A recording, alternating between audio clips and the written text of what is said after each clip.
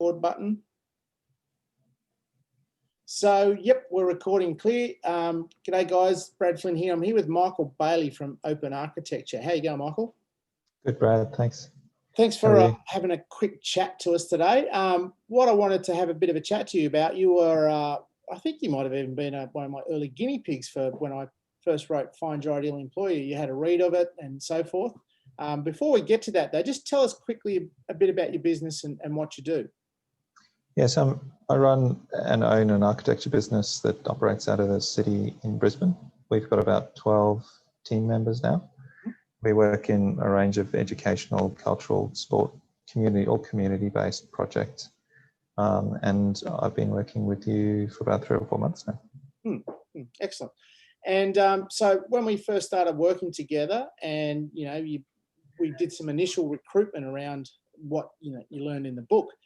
Share with some of the big learnings you got out of that, some of the ideas you had, the myths that were maybe dispelled by following what we do in the book. Yeah, probably the biggest one was doing group interviews. I'd never heard of them. I was pretty skeptical. I was pretty nervous, I think, as well.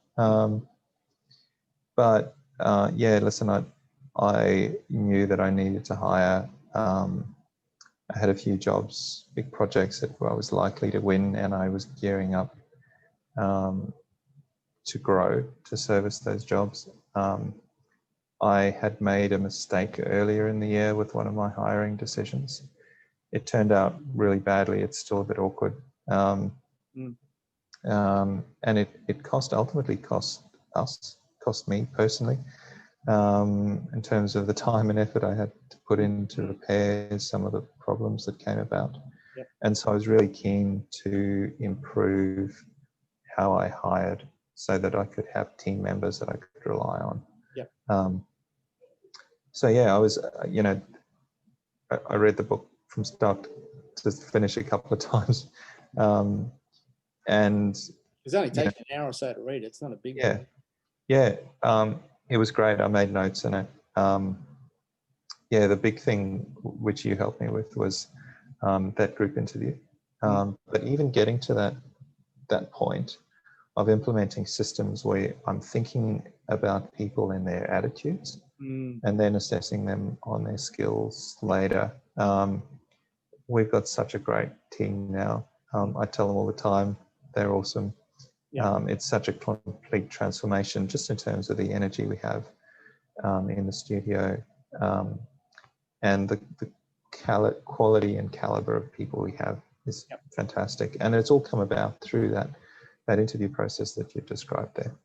So when we went into the interviews, this one always fascinates me. We kind of have this idea, maybe we've read some resumes or talked to some people on the phone and we think, oh, that's how this person's going to be when they come into the interview. Was that your experience, or was some of the questions we asked in the interview kind of really sort the wheat from the chaff? Yeah, there were a few people that we sort of had, that in my mind were top contenders, and they flopped almost straight away. There were others that on my first impression, even walking into the interview, I thought, oh, I'm not sure how they're going to go here. They're sitting in the studio with me now, and they're great. And yeah, so working through those questions and using the process that you've set up there, there were particular questions that we worked out and I worked out that I was able to get more insight from. And I think, I picked your brain a lot to say, well, I've had responses like this. What does that really mean? I can't quite understand it. And, your insight on those answers and those personality types have been just, really useful. And what if you hadn't read the book and you hadn't been doing, putting into play, what do you think things might be like at the moment then? Oh, I don't even want to go there about that too hard. Because if it was more of what we had at the start of last year, then we'd be struggling. Excellent. Probably have bags under my eyes. Yeah, because that was the price you were paying was you were doing massive hours and you're burning out, causing a bit of stress at home and those sorts of things. So so now going forwards with this system, what's it look like for you? There's still some more tweaking to be done in terms of the automation. I have a studio assistant who is checking the emails, making sure auto responses go out, Yep. and compiling all the answers for me, so that once a week I just read through those and work out if there's potential candidates sitting out there that could be interested in coming to join us when we need them. Yeah. Yeah, we've run out of space in the studio in terms of seats. I don't know how well it's going to go if we need to put any more on, but Pretty much doubled in the 3 months or so that we were working. Was it doubled, or at least? There were 4 of us. There's 12 of us now.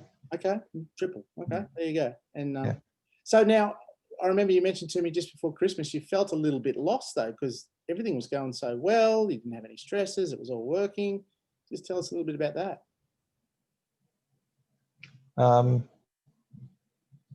Yeah, there is a certain level of kind of looking around going, why don't I feel like I used to in terms of all this pressure?